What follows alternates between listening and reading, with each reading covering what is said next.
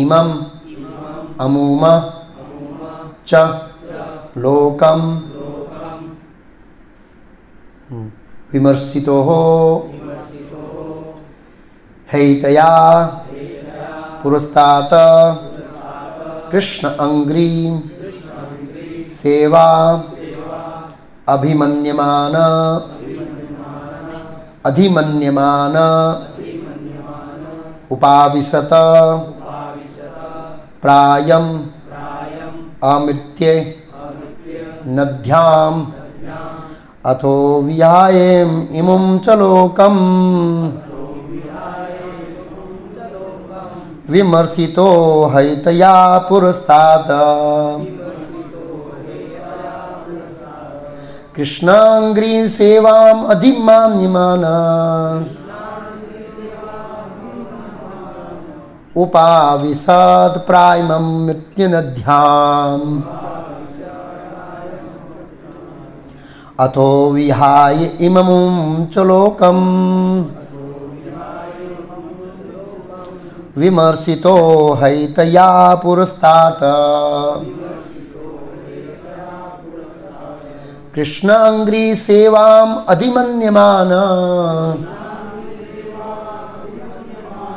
उपाविशत प्रायं अमृत्युनद्याम्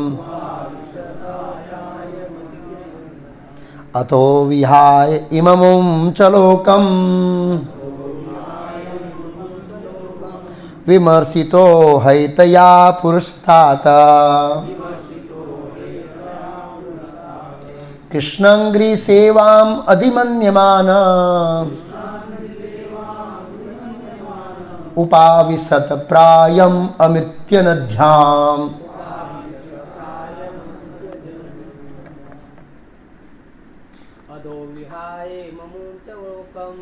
अथो विहायेमम् अमुं च लोकम् विमर्शितो हैतया पुरस्तात् कृष्णांग्री सेवाम् अधिमन्यमान उपाविशत प्राय मृत्युनद्याम्। माताएं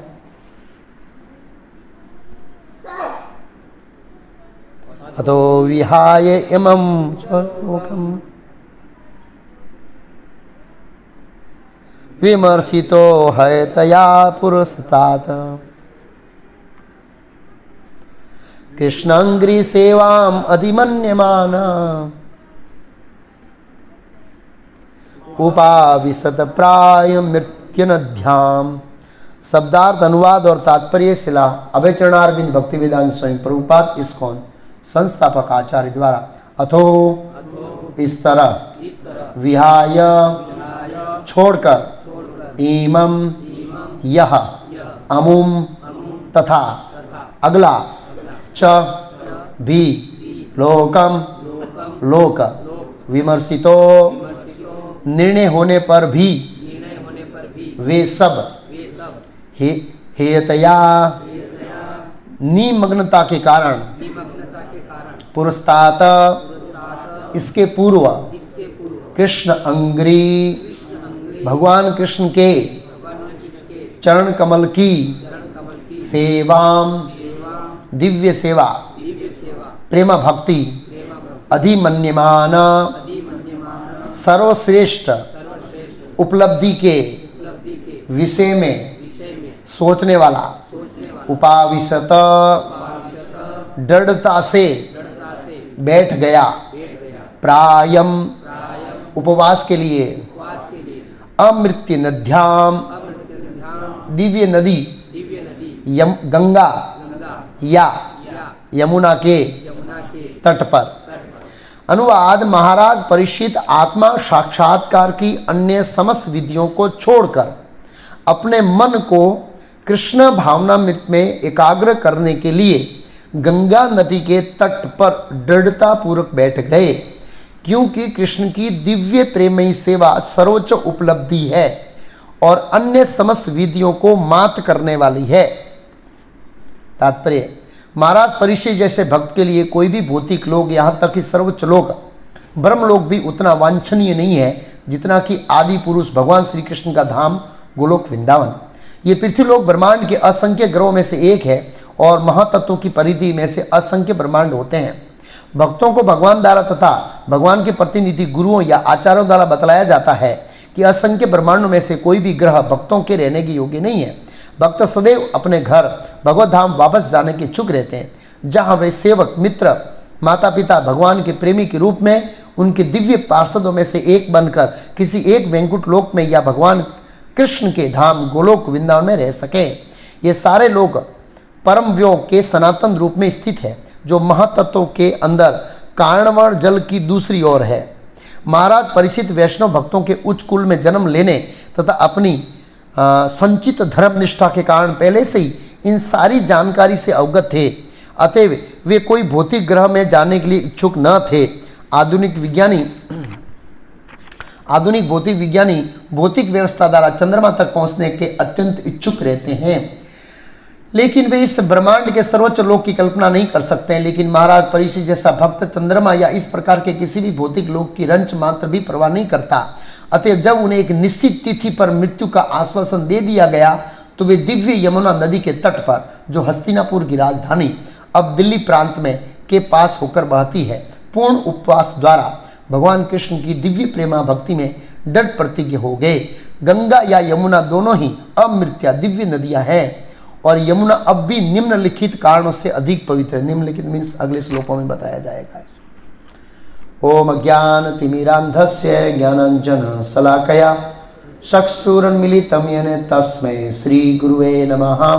नमो ओम विष्णुपादाय कृष्णपृष्ठाय भूतले श्रीमते भक्तिवेदांत स्वामी इति नामिने। नमस्ते सारस्वती देवे गौरवाणी प्रचारिणे निर्विशेष शून्यवादी पाश्चात्य देशतारिणे। श्री कृष्ण चैतन्य प्रभु नित्यानंद श्री अद्वैत गदाधर शिवास आदि गौर भक्तवृंद। हरे कृष्णा कृष्ण कृष्ण हरे हरे, हरे राम राम राम हरे। आज का हमारा विषय है मृत्यु को कैसे शुभ बनाया जाए। किसको शुभ बनाया जाए? मृत्यु को। मृत्यु अशुभ है, लेकिन उसको शुभ कैसे बना सकते हैं, ये हमारे प्रवचन का शीर्षक है। पिछले श्लोकों में हम समझे कि कैसे परीक्षित महाराज को श्राप मिला, और वो भी छोटी गलती से मृत्यु का श्राप। कितनी गलती? छोटी। वो इंग्लिश में कहावत है, पता है? Small mistake big prize. Small mistake big prize. भौतिक जगत ऐसा है, स्मॉल मिस्टेक बिग प्राइज। हमने भी स्मॉल मिस्टेक किया है और हम बहुत बड़ी बिग प्राइज को भुगत रहे हैं। क्या स्मॉल मिस्टेक किया हमने? कृष्ण के कई बार समझाने के बावजूद भी हमने उनकी वैकुंठ की गोलों की सेवा छोड़ दिया है। Small mistake. प्राइज क्या है पता है? करोड़ों जन्मों तक जन्म मृत्यु का चक्कर। Small mistake big prize. भौतिक जगत में ही सेवा कर रहे हैं हम लोग। क्या कर रहे हैं हम लोग? माया की सेवा कर रहे हैं। आध्यात्मिक जगत में कृष्ण की सेवा है। हम ऐसा नहीं है कि कृष्ण की सेवा छोड़ दिया हम सेवा नहीं कर रहे हैं, ये पॉइंट नहीं है। पॉइंट है कि स्पिरिचुअल वर्ल्ड में भी सेवा कर रहे थे, मटेरियल वर्ल्ड में भी सेवा कर रहे हैं, लेकिन small mistake big prize. Parikshit Maharaj ने स्मॉल मिस्टेक किया था, बिग प्राइज। इतना सारा अच्छा तरह से राज्य चल रहा था, जम्बूद्वीप आधिपत्यम आगे आएगा, क्या क्या उन्होंने छोड़ा और ऐसे आसानी से कैसे छोड़ पाए, उस आएगा आगे पॉइंट। ऐसे स्मॉल मिस्टेक बिग प्राइज। तो अभी तक हम ये समझे कि कैसे श्रृंगी ऋषि ने श्राप दिया, समीक ऋषि ने एहसास व्यक्त किया, पछतावा किया, और बड़े खेद और पछतावे के साथ उन्होंने परीक्षित महाराज को संदेश भेजा। और क्योंकि वो भी समझते थे, दोनों की म्यूचुअल अंडरस्टैंडिंग थी, समझ थी। कोई दुर्भाव, दोनों के बीच में दुर्भाव उत्पन्न नहीं हुआ। कई बार भक्तों के बीच में दुर्भाव उत्पन्न होता है, उसका कारण है मिसअंडरस्टैंडिंग, समझ कच्ची। कोई भक्त किस दृष्टिकोण से कार्य करता है और वो भक्त दूसरे दृष्टिकोण से समझ लेता है और बुरा मान जाता है और फिर गाल फूल जाता है। ऐसे देखा जाता है, नहीं प्रैक्टिकल बोल रहा हूं मैं। Misunderstanding, all misunderstanding. Parikshit Maharaj और समीक ऋषि की बिल्कुल मिसअंडरस्टैंडिंग नहीं हुई। दोनों अपने आप को दोषी समझ रहे थे। म्यूचुअल अंडरस्टैंडिंग का परिस्थितियाँ उत्पन्न होती है ऐसे, ये मैच्योरिटी है भक्ति जीवन के अंदर ऐसे। तो पस्तावे के साथ उन्होंने संदेश भेजा बड़े खेद के साथ। समीक ऋषि ने और परीक्षित महाराज ने उन्हें शुभ समाचार के रूप में लिया। तो ये आज का श्लोक है, वो इस शुभ समाचार को प्रैक्टिकल रूप में कैसे एप्लीकेशन करना है वो समझाएगा। ये श्लोक ये समझाएगा कि उनको जो शुभ समाचार मिले थे वो तो शब्द के रूप में थे। किसके रूप में थे? शब्द के। और उन्होंने वो शुभ समाचार लिए, वो मनोभाव के रूप में थे, प्रैक्टिकल नहीं थे। अभी तक प्रैक्टिकल हुआ नहीं है वो, उनकी मृत्यु अभी शुभ बनी नहीं है। अब ये श्लोक और आने वाले श्लोक हमको ये समझाएंगे कि मृत्यु को कैसे प्रैक्टिकली शुभ बनाना है। देखिए मृत्यु आनी है, आप उसको शुभ बनाओ अशुभ बनाओ वो हमारे ऊपर निर्भर है। शास्त्रों में मृत्यु को कैसे शुभ बनाना है वो फॉर्मूला दिया है, और मृत्यु को कैसे अशुभ बनाना है वो भी फॉर्मूला दिया है, दोनों फॉर्मूला दिया है। अब हमारे ऊपर निर्भर करता है कि हम मृत्यु को कैसे शुभ बनाएं कैसे अशुभ बनाएं। सामान्यतः भौतिक जगत में लोगों के लिए मृत्यु अशुभ होती है, शुभ नहीं होती है ऐसे। तो उन्होंने वो शुभ समाचार के रूप में मृत्यु को लिया और उसको शुभ व्यवहारिक दृष्टिकोण से प्रैक्टिकल बनाने के लिए उन्होंने क्या किया, अथवा कौन सी पद्धति अपनाई, कौन सी ऐसी फॉर्मूला अपनाई जिससे उनकी मृत्यु तो पहले से ही शुभ ही थी, लेकिन एक कहानी के लिए हम कह रहे हैं, जो उनकी मृत्यु अशुभ थी वो अब क्या बना दी गई है? शुभ बना दी गई है, बनेगी शुभ। तो शिक्षा देने के लिए हम लोगों के लिए, उनकी तो मृत्यु पहले से ही, उनका जन्म ही शुभ था। क्यों, कैसे जन्म शुभ था? जन्म शुभ नहीं होता है, 9 महीना माँ के गर्भ में रहना पड़ता है, वो भी अशुभ है। हमारी बर्थ डेट फिक्स होती है, मृत्यु डेट फिक्स नहीं होती है जो भी है। तो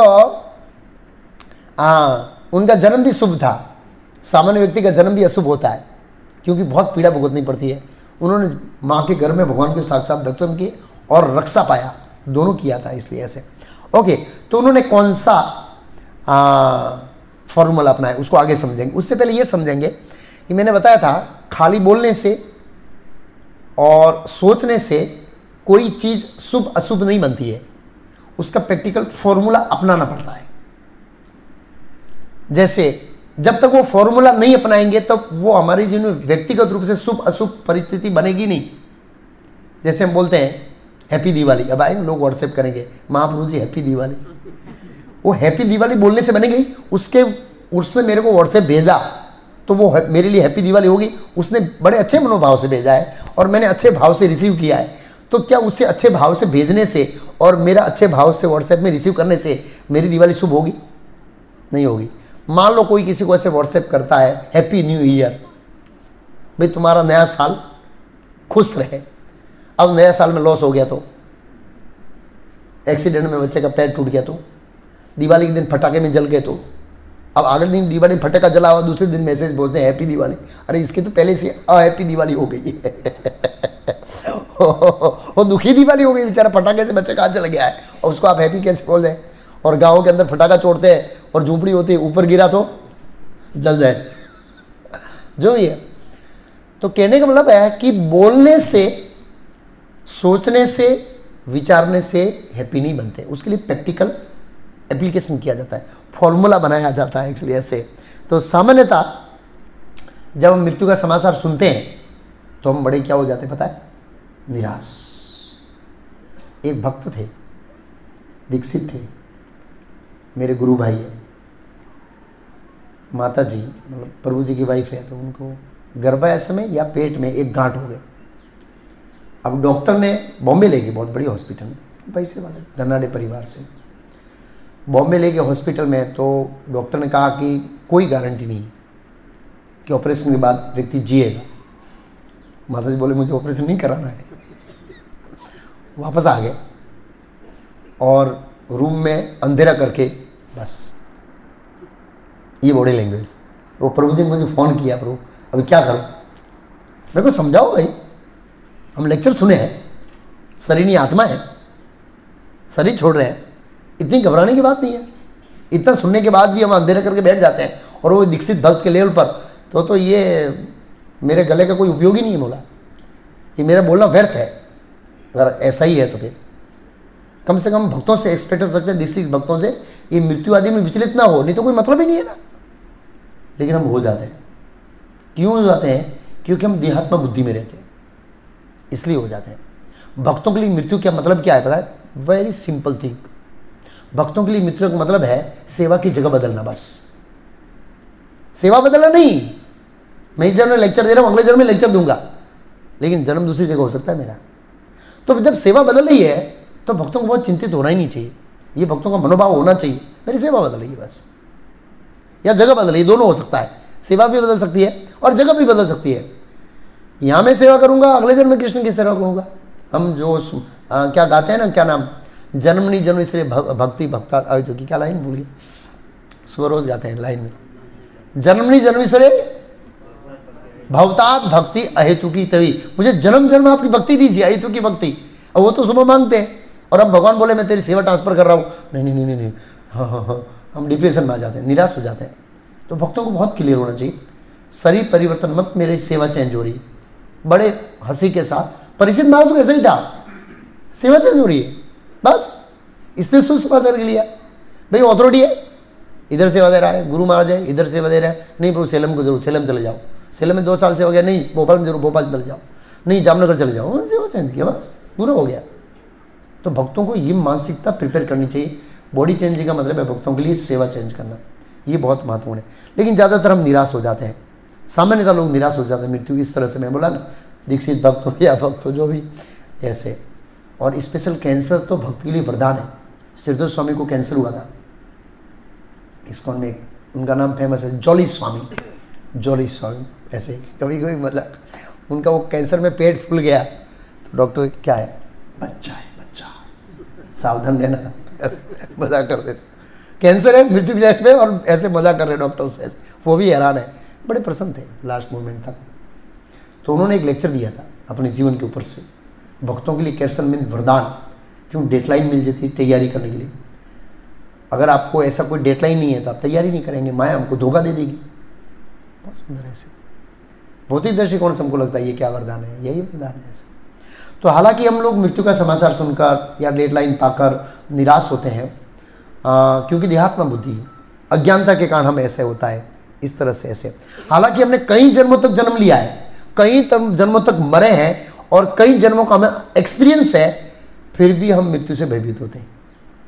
ये हमारे एक जन्म की बात नहीं है, करोड़ों करोड़ों जन्म का ये एक्सपीरियंस है, करोड़ों जन्म की बात ही है। तो हम अनुभव है, फिर भी घबरा जाते हैं एक्चुअली ऐसे। तो शुभ और अशुभ क्या है? शुभ और अशुभ एक श्लोक है मेरे ख्याल स्कंद पुराण में, वासुदेव कृष्ण का विस्मरण इस दुनिया में सबसे बड़ा लॉस। आपके 100 करोड़ चले गए, कोई लॉस नहीं है। घर चला गया, कोई लॉस नहीं है। परिवार चला गया, कोई लॉस नहीं है। जमीन चली, कोई लॉस नहीं है। सबसे बड़ा लॉस बताया, हानि बताया, हानि, हिंदी में हानि कहता है। सबसे बड़ी हानि है भगवान कृष्ण का विस्मरण। तो अशुभ क्या है? भगवान का विस्मरण होना ही अशुभ है। और अब हम अशुभ परिस्थिति में, हम कोई शुभ परिस्थिति में नहीं है। हम हर चीज शुभ अशुभ भौतिक दृष्टिकोण से देखते हैं, वो निम्न स्तर का अशुभ है। वास्तविक अशुभ आध्यात्मिक दृष्टिकोण से देखा जाता है। वास्तविक शुभ और अशुभ आध्यात्मिक दृष्टिकोण से देखा जाता है। हम अज्ञान के आधार पर शुभ अशुभ की परिकल्पना करते हैं। हम जब कहते हैं हमारा सब कुछ ठीक ठाक से चल रहा है, शुभ है। कुछ समस्या है घर में, बिजनेस में, परिवार में, मन में, कहीं भी हमारे परिवार के संबंधियों में, देश में, तो बोलते हैं कि अशुभ है। बस ये हमारी परिभाषा है, लेकिन ये शुभ अशुभ नहीं है। कृष्ण का विस्मरण ही अशुभ है और कृष्ण का स्मरण ही शुभ है। ये भक्तों को माइंड में क्लियर होना चाहिए, शुभ और अशुभ। अच्छा, इस श्लोक के तात्पर्य में श्रील प्रभुपाद जी ये समझाते हैं। इस श्लोक का अनुवाद फिर से पढ़ता हूं मैं। महाराज परीक्षित आत्मा साक्षात्कार की अन्य समस्त विधियों को, अच्छा मैं एक चीज भूल गया बोलना, महाराज परीक्षित ने मृत्यु को व्यवहारिक रूप से शुभ बनाने के लिए कौन सी पद्धति अपनाई? इस श्लोक में ही कहीं पर ढूंढो, थोड़ा कैमरा जूम करो और ढूंढो, और कुछ शब्द बोला है सुध गोस्वामी ने, कुछ शब्द बोला है? हाँ, कृष्ण अंग्री सेवाम अधिमन्यमान। उसका अनुवाद पढ़ता हूं, फिर क्लियर हो जाएगा। महाराज परीक्षित आत्मा साक्षात्कार की समस्त विधियों को तारक कर, अन्य समस्त विधियों, अन्य मीन्स एक इनके पास है जिसका वर्णन इसमें है, इस श्लोक में वर्णन है कृष्ण अंग्री सेवाम अधिमन्यमान, उसको छोड़कर अपने मन को पूर्ण कृष्ण भावनामृत में एकाग्र करने के लिए गंगा नदी के तट पर बैठ गए। गंगा नदी का नाम बताया यहां पर अमृतिक नद्याम, नद्याम मीन्स नदी, अमृत्य जो व्यक्ति को अमर बनाए ऐसी नदी। और आगे का है दृढ़ता पूर्वक बैठ गए। क्यों? क्योंकि कृष्ण की दिव्य प्रेममयी सेवा सर्वोच्च उपलब्धि है और अन्य समस्त विधियों को मात करने वाली मीन्स परास्त करने वाली है। जितनी भी प्रकार की विधियां हैं आत्मा साक्षात्कार के लिए, आत्मा साक्षात्कार के लिए क्या क्या विधियां याद दिला देता हूं। कर्मकांड है निम्न स्तर पर, उसके बाद कर्म योग है, निष्काम कर्म है, ध्यान योग है, ध्यान योग में भी 2 है, और सांख्य योग भी है, और उसके बाद क्या है भक्ति योग है। तो ये भक्ति योग को छोड़कर दान तपस्या बहुत सारी विधियां हैं वो उसकी ओर अग्रसर होती है आत्मा साक्षात्कार की ओर। जितने भी धार्मिक अनुष्ठान बताएं जो धर्म के अंतर्गत आते हैं वो सब आत्मा साक्षात्कार की ओर अग्रसर होने की विधियां हैं। तो उन्होंने परीक्षित महाराज ने उस सबको त्याग दिया। क्यों त्याग दिया उन सबको? क्योंकि उसको पता है कि ये सर्वोच्च विधि है जो मुझे मेरे लक्ष्य की ओर क्या करने वाली है, ले जाने वाली है। तो वो विधि अपनाया उन्होंने। मृत्यु को शुभ बनाने के लिए कौन सी विधि अपनाया? भक्ति। हमने भी अपनाया है, पर हमारी स्पीड थोड़ी स्लो है, उनकी स्पीड थोड़ी हाई थी, बस इतना फर्क था। अच्छा, प्रभुपाद जी तात्पर्य श्लोक में बताते हैं कि उन्होंने अन्य समस्त विधियों का त्याग क्यों किया, क्या कारण है उसका त्याग करने का। अब प्रभुपाद जी का जो तात्पर्य है वो बहुत टेक्निकल है। टेक्निकल्स मतलब प्रभुपाद जी दूसरी एंगल में उस तात्पर्य को परिसिद्ध महाराज की दूसरी विधियों का जो त्याग है उनको दूसरे एंगल से समझा रहे हैं। प्रभुपाद जी समझा रहे महाराज परिसिद्ध जैसे भक्त के लिए कोई भी भौतिक लोग, यहाँ तक कि सर्वोच्च ब्रह्म लोग भी उतना वांछनीय नहीं है जितना भगवान का धाम वैकुंठ वांछनीय, मतलब प्राप्त करने की इच्छुक। तो इससे और अन्य आत्मा साक्षात्कार की विधियों को त्याग के लिए क्या संबंध है? तो याद रखना चाहिए भक्ति के सिवाय जितनी भी प्रकार की विधियां हैं वो हमको गोलोक नहीं ले जाएगी, बाकी ये ब्रह्मांड के अन्य लोकों में ले जाएगी, और ये ब्रह्मांड नहीं तो अनंत कोटि भौतिक ब्रह्मांडों के अन्य लोकों में ले जाएगी। तो प्रभुपाद जी ने पूरा तात्पर्य इसके ऊपर फोकस किया कि उन्होंने भक्ति योग को छोड़कर अन्य विधियों का त्याग क्यों किया। प्रभुपाद जी बताते आगे कि परीक्षित महाराज का लक्ष्य था भगवत धाम, इस ब्रह्मांड के कोई भी कोने में जाने की उनकी चाह नहीं थी। ये बता रहे प्रभुपाद जी। ये पृथ्वी लोक ब्रह्मांड के असंख्य ग्रहों में से एक है। ये पृथ्वी लोक असंख्य ब्रह्मांड, इस ब्रह्मांड में बहुत ग्रह है, ऐसे ऐसे बहुत ब्रह्मांड है, उसमें असंख्य ग्रह में से एक ग्रह है पृथ्वी लोक। और महातत्व की परिधि में ऐसे असंख्य ब्रह्मांड है। महातत्व की परिधि मतलब बाउंड्री, जो महातत्व का बादल है उसके अंदर असंख्य ब्रह्मांड पड़े हैं। प्रभुपाद जी बता रहे हैं ऐसे। भक्तों को भगवान द्वारा, अब बहुत महत्वपूर्ण समझाया जाता है, परीक्षित महाराज की समझ वाले हैं। भक्तों को भगवान द्वारा तथा भगवान के पंडित गुरुओं द्वारा, आचार्यों द्वारा बदलाया जाता है कि असंख्य ब्रह्मांडों में से कोई भी ग्रह भक्तों के रहने के लिए योग्य नहीं है। गुरु द्वारा, शास्त्रों द्वारा, आचार्य द्वारा ये समझाया जाता है कि भक्तों को रहने के लिए अनंत कोटि ब्रह्मांड में जो ग्रह है महतत्व के अंदर, क्यों लाइट ऐसे कर रहे हैं, वेल्डिंग उधर इधर दोनों जगह में बंद करा सकते हैं, 6 बज गए। तो यहां पर बता रहे हैं कि आचार्यों गुरुओं शास्त्रों बारे बताया जाता है भक्तों को अनंत कोटि ब्रह्मांड में कोई भी ग्रह में रहने के लिए उपयुक्त नहीं है। क्यों नहीं है? प्रभुपाद जी कहते हैं क्योंकि ये सब जन्म मृत्यु के अधीन है और ये सब अशुभ ग्रह है। ये शुभ ग्रह नहीं है। शुभ ग्रह कौन सा है? खाली भगवान का धाम। वैकुंठ ही शुभ ग्रह है, बाकी अशुभ ग्रह है सब कुछ। ये भक्तों को क्लियर होना चाहिए। फिर प्रभुपाद जी आगे बताएं, भक्त सदैव भगवान के धाम, भगवत धाम जाने के लिए इच्छुक रहता है। क्यों? क्योंकि वह या तो मित्र के रूप में, या प्रेमी के रूप में, या माता पिता के रूप में, सखा के रूप में, या दास के रूप में वहां प्रेममयी सेवा में लगा रहता है भक्त। बस स्पिरिचुअल वर्ल्ड में आप ऐसी अस्थिर सेवा नहीं कर सकते। उस सेवा के बीच बीच में क्या आता रहेगा? डिस्टर्बेंस। जैसे परीक्षित महाराज भगवान की सेवा कर रहे थे, बीच में आ गया डिस्टर्बेंस। पांडव भी कृष्ण की सेवा कर रहे थे, बीच में कितना डिस्टर्बेंस आया।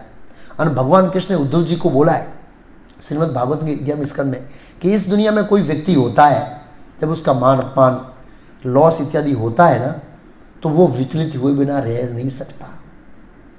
खाली मेरा जो भक्त है, प्रेमी भक्त, जो अध्यात्म बुद्धि से परे है और जिनका मन संपूर्ण मेरे में लगा है, वो ही विचलित हुए बिना रह सकता है, बाकी कोई नहीं रह सकता।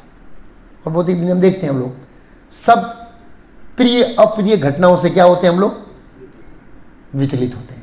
ये हमारा स्वभाव है। प्रभुपाद जी कहते हैं ऐसे आगे, ये सारे लोग मतलब वैकुंठ लोग महतत्व के उस पार है। महतत्व के जो बादल है उस पार है और हम इस पार है, नीचे हैं। वो गोलोक साल के पोस्टर में बताया ऐसे। दूसरी ओर है, महाराज परीक्षित वैष्णव भक्तों के उच्च कुल में जन्म लेने और अपनी सर्वोच्च धर्म निष्ठा के कारण इस ज्ञान में पहले से ही स्थित थे कि हमको इस ब्रह्मांड के कोई भी लोक में नहीं जाना है, और मैं दूसरी विधियों को अपनाऊंगा तो मैं या स्वर्ग जा सकता हूं, दान करूंगा, मेरे पास धन बहुत है, दान करूंगा, स्वर्ग में जाऊंगा। तप करूंगा तो तपलोक जनलोक जाऊंगा, और कुछ करूंगा तो महरलोक जाऊंगा, और कुछ करूंगा दूसरे लोक में जाऊंगा। उनको कोई प्लानिंग नहीं था दूसरे लोकों में जाने के लिए। ये बहुत महत्वपूर्ण पॉइंट। क्यों? उनको प्रशिक्षण ऐसा मिला था।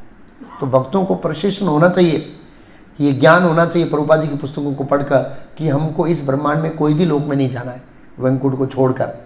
ये मनोभाव होना चाहिए। कई बार भक्त लोग कहते हैं प्रभु स्वर्ग बीच में ही आता है, 2-4 दिन रुक जाएंगे, क्या फर्क पड़ेगा? ज़्यादा रुकना नहीं, हमको तो क्लियर है ना, थोड़ा देख लूंगा क्या है। अब क्या है, कई बार देखने में फंस जाएंगे। क्या होगा? देखने में फंस जाएंगे हम लोग। इसलिए वहाँ नहीं जाना है भाई, इधर देख लेता हूँ, उधर देख लेता हूँ। क्योंकि कई बार शास्त्रों में स्वर्ग का बहुत जबरदस्त वर्णन है। बोले 2-4 दिन रुक जाएंगे। ऐसे पांडव भी तो गए थे, ऐसे लोग बोलते, वहाँ से गए थे ना, लेकिन पांडव फंसेंगे नहीं और हम फंस जाएंगे। ऐसे फिर बोला 2 घंटा रुकूंगा, 1 घंटा रुकूंगा, 1 जन्म रुक जाऊंगा, क्या प्रॉब्लम है? 1 जन्म का नहीं, नेक्स्ट जन्म में बोलो, यहाँ से ऊपर ही जाना है, पता है मेरे को, सब ज्ञान है। और फिर बोले 1 जन्म और 1 जन्म और 1 जन्म, और वहाँ पर कुछ राजा नहुस जैसा कर दिया तो फिर कहाँ जाएंगे वापस? हिमालय की तलहटी में। राजा नहुस को श्राप मिला, सांप बन गया। वो तो राजा नहुस का भाग्य था कि वो ऋषियों उन्होंने क्षमा किया और उन्होंने बताया कि ठीक है युधिष्ठिर महाराज मिलेंगे तो श्राप से आपको क्या करेंगे? मुक्त करेंगे। बराबर है। लेकिन हमारा ऐसा सौभाग्य नहीं होगा तो हम सांप में पड़े रहेंगे, और हम इधर उधर आए तो यहाँ पर कोई भक्त लोग डंडा मार के ले जा मार देते, पूरा काम हो गया। फिर दूसरी होनी, फिर तीसरी होनी, चौथी, 5वीं, छठी, ऐसे चलता ही रहता है एक्चुअली ऐसे। तो ये जानकारी से अवगत थे परीक्षित महाराज। अतएव कोई भी ग्रह में जाने के लिए वो इच्छुक नहीं थे, किसी भी ग्रह में, भगवान के धाम को छोड़कर किसी भी जाने के इच्छुक नहीं थे। प्रभुपाद जी आगे बता रहे, आधुनिक वैज्ञानिक बहुत इच्छुक रहते हैं कहाँ पर जाने के लिए? चंद्रमा में। करोड़ों रुपये चंद्रमा के जाने के खर्च करते हैं और रोड इतना टूटा हुआ है। आपको नहीं लगता ये नेता बदमाश है? ये क्लियर है, सामान्य प्रजा सफरिंग कर रही है, इतना खड्डा। कई भक्त लोग बोले प्रभु रोड बन जाएगा, बाद में सत्संग में आऊंगा। ये कैसे बोला? बहुत खराब रोड है। मैं बोला ऊपर चले गए तो नहीं, ऊपर नहीं, नीचे चले गए तो। ऊपर चले गए तो अच्छी बात है, नीचे चले गए तो क्या होगा? अब आधो किलोमीटर रोड खराब है और उसमें हम लोग नहीं कर सकते हैं। आगे बताना, ये भागवतम सुनने के लिए ब्रह्मांड से लोग आए थे, करोड़ों करोड़ों मिलियन योजन से। हाँ, लोग आए थे सुनने के लिए। और कैसे लोग आए वो उसको भी सुनेंगे। वो सामान्य लोग नहीं थे, वो पूरे ब्रह्मांड को पवित्र करने वाले लोग थे। कैसे लोग थे?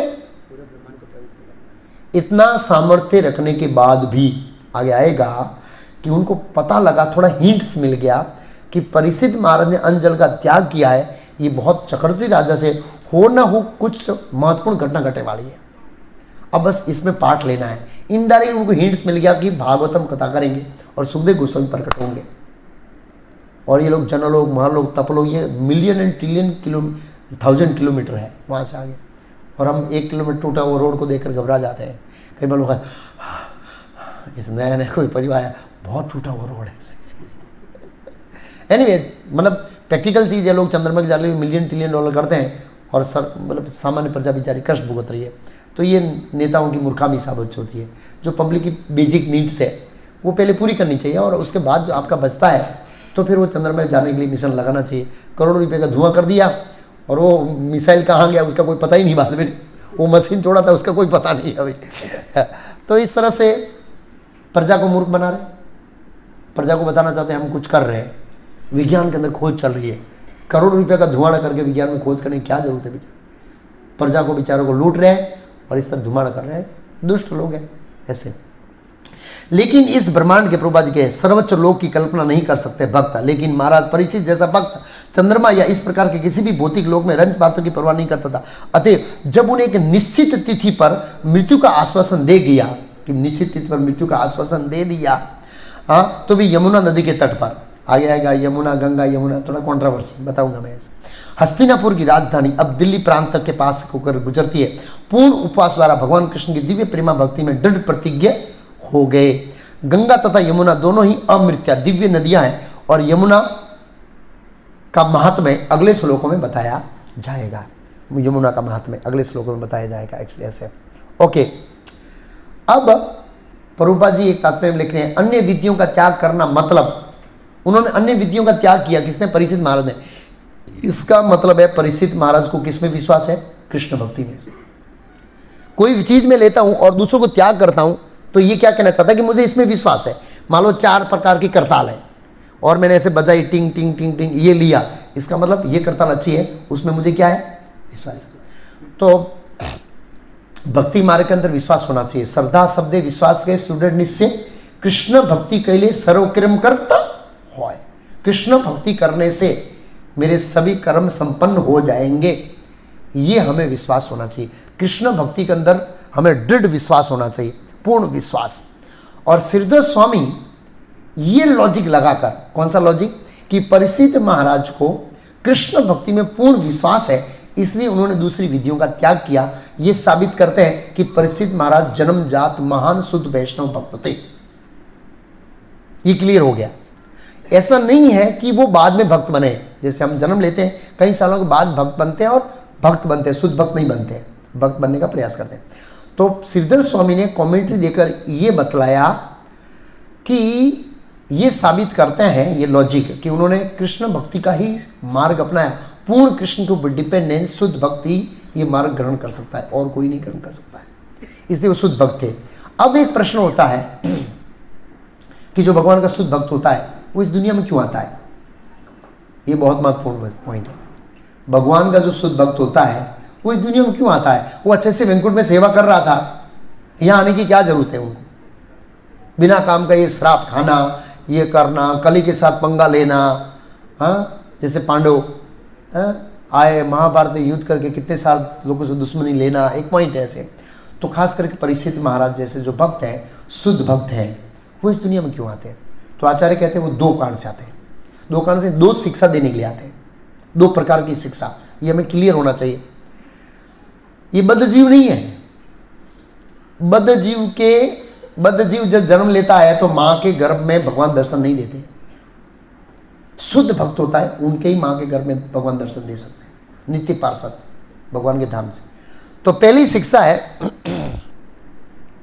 कि शुद्ध भक्त कैसे बनना है, शुद्ध भक्त का मनोभाव कैसे सेट करना है, शुद्ध भक्त कैसे बनना है, ये शिक्षा देने के लिए शुद्ध भक्त आते हैं। दूसरा, वो ऐसे गुण प्रकट करते हैं कि शुद्ध भक्त के अंदर ऐसे ऐसे गुण होना चाहिए ताकि वो उन गुणों को देखकर, उन गुणों को समझकर हम वो गुण अर्जित करने का क्या करें? प्रयास करें। और जब वो गुण हमारे डेवलप हो जाएंगे तो हम भगवत धाम को ट्रांसफर कर दिए जाएंगे। तो हम देखते हैं यहाँ पर परीक्षित महाराज ने वो गुण डेवलप किया है। कैसे पता लगा परीक्षित महाराज ने गुण डेवलप किया? परीक्षित महाराज ने अपना मनोभाव ठीक किया। उनका मनोभाव ठीक था और ठीक किया, पराकाष्ठा वाला मनोभाव बनाया। क्या?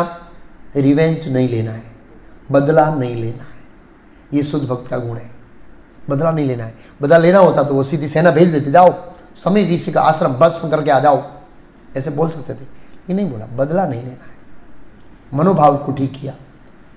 तो ये जो कृष्ण भक्ति है वो हमारे मनोभाव को ठीक करने के लिए, और ऐसे शुद्ध भक्तों के चरित्र से हम धीरे धीरे धीरे धीरे पढ़कर सुनकर बारंबार सुनकर बारंबार, अभी हमारा मनोभाव है लेकिन कई बार हमारे साथ ऐसी घटना होती है तो बदल जाता है, फिर लेक्चर में याद आता है अरे यार वो तो महाप्रभु जी इस तरह बताया, इस तरह बदला नहीं लेना चाहिए, ठीक है दूसरी बार नहीं लूँगा, इस बार ले लेता हूँ। ऐसा होता है, और लेने के बाद फिर पछताते हम लोग कि यार मैंने बदला लिया, अच्छा नहीं किया, नहीं दूसरी बार नहीं। ऐसे करते करते कर धीरे जो हमारे हृदय में वीकनेस है, कमजोरियाँ, उस कमजोरियों से हम क्या हो जाएंगे, ऊपर उठ जाएंगे। तो इन ऐसे ऐसे राजाओं का, ऐसे भक्तों का चरित्र बार बार सुनने से हम वो जो कमजोरियाँ हैं उसको पार कर पाएंगे। तो दो कारण से आते हैं, कौन, शुद्ध भक्त इस दुनिया के अंदर, परीक्षित महाराज जैसे।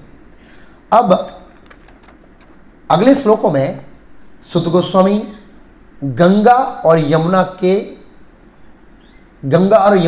की महिमा गाएंगे, गौरव, उनका गौरव गाएंगे।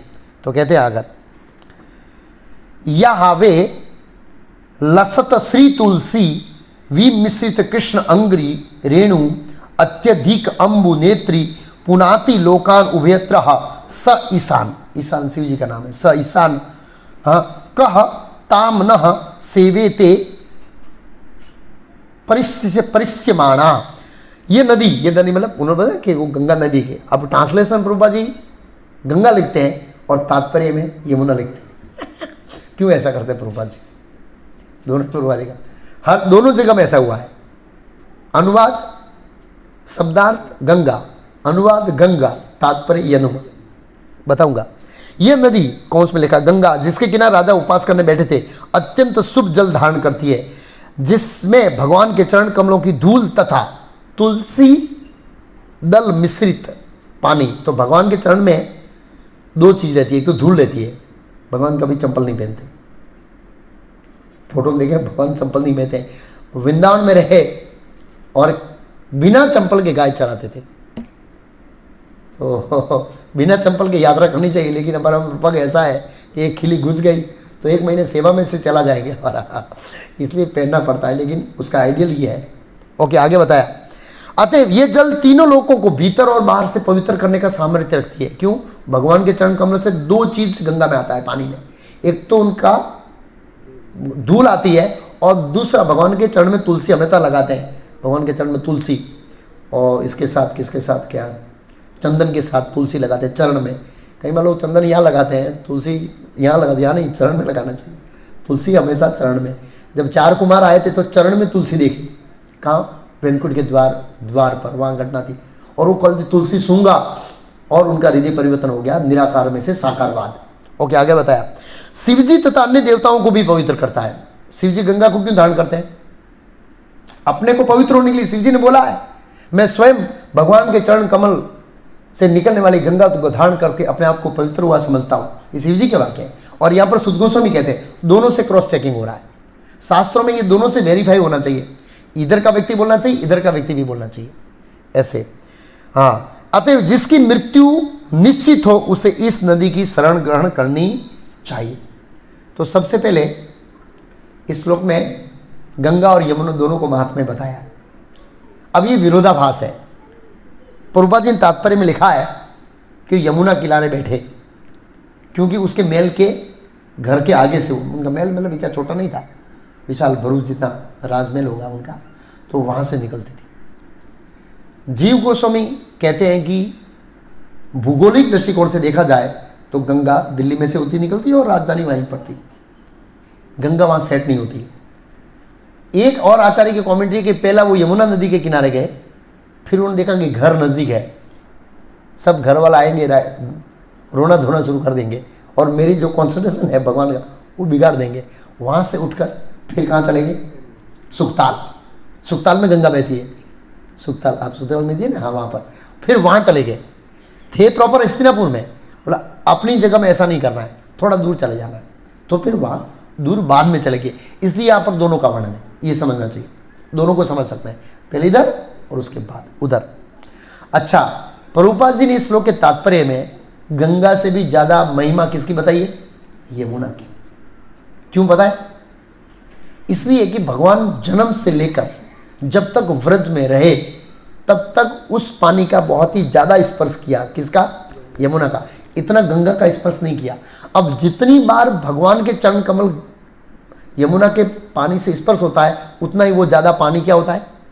शुद्ध और पवित्र होता है, उतनी उसकी पवित्रता बढ़ती है। जब वसुदेव जी ले जा रहे थे तो नदी का पानी ऊपर आया क्योंकि वो क्या करना चाहती थी? भगवान का चरण कमल स्पर्श करने चाहती। वसुदेव जी घबरा गए तो भगवान ने कहा, तो भगवान ऐसे झुके, टोपला ऐसे हुआ जबरदस्ती और एक पैर अड़ा और फिर गंगा वापस, अरे यमुना वापस डाउन आ गई। तो प्रभुपाद जी ने तात्पर्य में लिखा है क्या शब्द पर है? वराह पुराण में ऐसा बताया कि गंगा और यमुना दोनों एक ही समान पवित्र है। ऐसे बहुत सारे, लेकिन प्रभुपाद जी कहते हैं लेकिन गंगा की अपेक्षा यमुना अधिक ही स्पर्श किया भगवान ने, इसलिए गंगा यमुना नदियों में कोई अंतर नहीं। किंतु जब गंगा का जल 100 गुना पवित्र होता है तो वो यमुना के समान होता है। कितना गुना पवित्र होता है? 100 गुना। जैसे विष्णु सहस्त्र नाम लो और एक राम नाम के बराबर, 3 राम नाम लो एक कृष्ण नाम के बराबर। ये एक भौतिक दृष्टिकोण से एक समझ है। बाकी भगवान के सभी नाम क्या रहते हैं? स्पिरिचुअल रहते हैं। क्या रहते हैं? स्पिरिचुअल। लेकिन फिर भी गंगा ज्यादा और यमुना ज्यादा पवित्र है और भगवान को ज्यादा प्रिय है क्योंकि भगवान ने संपूर्ण बाल लीला प्रकट होने से लेकर जब तक व्रज में रहे तब तक वहां बिताया। इसलिए भगवान का स्पर्श जीवन स्नान किया बारंबार। भगवान कालिया नाग के उस समय में बहुत सब लीला, वो मतलब वो लीलाओं से ज्यादा घनिष्ठ जुड़ी हुई है यमुना। इससे यमुना का ज्यादा महत्व बताया। यहाँ पर दुर्भाग्य है कि भौतिकवादियों ने, दिल्ली वासियों ने यमुना को दूषित कर दिया है भौतिक दृष्टिकोण से, जो भी है। अच्छा, प्रभुपाद जी ने इस लाइन में, इस श्लोक के तत्व में एक लाइन लिखी है, महाराज परीक्षित 7 दिनों के भीतर अपनी मृत्यु की सूचना पाते ही तत्काल ग्रस्त जीवन से निवृत्त होने के लिए यमुना नदी के पवित्र तट पर चल के, तत्काल, अचानक। तो प्रश्न होता है कि व्यक्ति अचानक कैसे छोड़ सकता है? थोड़ा समय तो चाहिए ना भाई, ये कर लो ये करो। नहीं, कुछ समय, ऐसा नहीं कि अभी जम्बूद्वीप के सब राजाओं को बोलो मीटिंग कर लेता हूँ, तेरा ये एरिया तेरा, मेरे जाने के बाद लड़ना मत। ऐसे वो बाप मरता है तो बेटे को प्रॉपर्टी बांट देता है बेटा मेरे जाने के बाद लड़ना मत, ये तेरा दुकान है, ये तेरा दुकान है, ये तेरा है, या संबंध किया, ये बात किया, ये बात ऐसे करके मैं तत्काल, क्योंकि उसको 7 दिन थे, जिस दिन मला उसे 7वें दिन थे। अब वो मीटिंग करेगा, कोई आने में लेट हो गया, वो हो गया तो इसका 1 दिन चला जाएगा। बोला नहीं, तत्काल, इमरजेंसी। तो व्यक्ति अचानक ये सब कैसे छोड़ सकता है? तो अगर उसके अंदर 3 गुण होते हैं तो वो अचानक सब कुछ छोड़ सकता है। अब उसको अभी पता लगा, अभी छोड़ सकता है सब कुछ। 3, एक तो वो अनासक्त होकर कार्य करे या सेवा करे। क्या करे? अनासक्त होकर। अगर हम सेवा और कर्म के अंदर आसक्ति नहीं रखते हैं तो उसको छोड़ना बड़ा आसान है। भाई मुझे सेवा दी है, भाई कुछ सेवा है कि भाई तेरे को पूजा करना है और अचानक कल से तेरे को फ्लोर साफ करना है। अरे यार फ्लोर साफ करना, हम नहीं छोड़ पाएंगे पूजा की सेवा, एक पॉइंट है। लेकिन हम समझेंगे कि फ्लोर साफ करना ही सेवा है और ये भी सेवा है, दोनों सेवा है, दोनों सेवाओं में कोई अंतर नहीं है। अगर ये हमारा भाव है तो कभी भी कोई भी सेवा छोड़ने के लिए हम तैयार हैं, दूसरी सेवा लेने के लिए तैयार हैं। परीक्षित महाराज भक्त थे और भक्त की मृत्यु का मतलब मैंने समझाया, सेवा चेंजिंग, बस कुछ नहीं। और परम पूज्य भक्ति विकास महाराज जब ब्रह्मचारी आश्रम में थे, ब्रह्मचारी आश्रम, मेरे गुरु मेरे ख्याल से थाईलैंड में थे, थाईलैंड जैसे कंट्री में थे, और मुझे लगता है महाराज कमांडर थे, टेम्पल कमांडर। और प्रभाव विष्णु महाराज उनके मार्गदर्शक थे, उनके मार्गदर्शन में भक्ति विकास महाराज टीचिंग और सेवा इत्यादि करता थे। जीबीसी ने उनको थाईलैंड भेजा और जीबीसी का पत्र आया कि तुम और इलापति दास, भक्ति विकास महाराज का नाम संन्यास लेने पहले इलापति दास, और ये कंट्री में चले जाओ, नाम भूल गया उसका एग्जैक्ट कंट्री।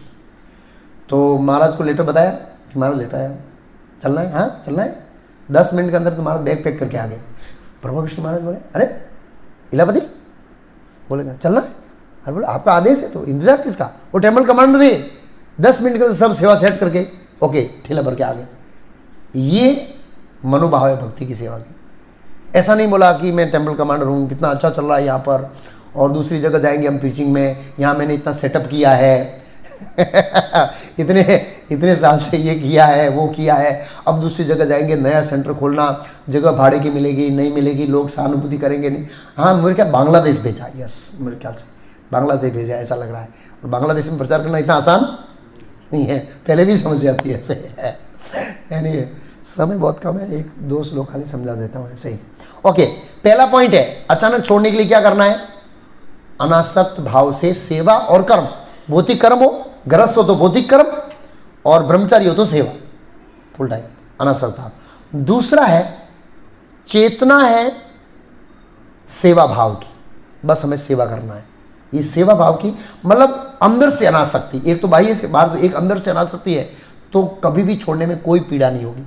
तीसरा है भगवान ने मुझे इस चीज का ध्यान रखने के दिया, मैं इसका मालिक नहीं, भगवान ने मुझे इसका ध्यान रख, ये मेरे परिवार के बच्चे हैं, ये पत्नी है, ये लड़की है, लड़का, इनका ध्यान रखने का कार्य सौंपा है। ये गाड़ी का ध्यान रखना है, ये बंगले का ध्यान रखना है, फैक्ट्री का ध्यान रखना है।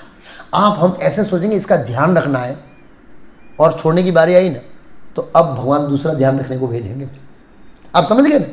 जब हम समझेंगे मैं मालिक हूं तो पीड़ा होगी, यार मेरे छोड़ना पड़ेगा, फैक्ट्री मेरी छोड़नी पड़ेगी, दुकान छोड़नी पड़ेगी, देश छोड़ना पड़ेगा, ऐसे पीड़ा होगी ना ऐसे। लेकिन अगर हमारा भाव क्या है, भगवान ने मुझे ध्यान रखने को बोला है, बस अब भगवान की योजना का दूसरा, इसका दूसरा ध्यान रखेगा, हमको दूसरी चीज़ों का ध्यान रखना है। भगवान बोला नहीं तुझे ये टेम्पल का ध्यान रखना है, बस ये टेम्पल का ध्यान दूसरा रखेगा, बस हमको क्या पड़ा। ये 3 पॉइंट है तो कभी भी मृत्यु के समय हम सब कुछ अनासक्त भाव से छोड़ सकते हैं बिना फीलिंग के। 3 पॉइंट याद रखिए। पहला क्या था?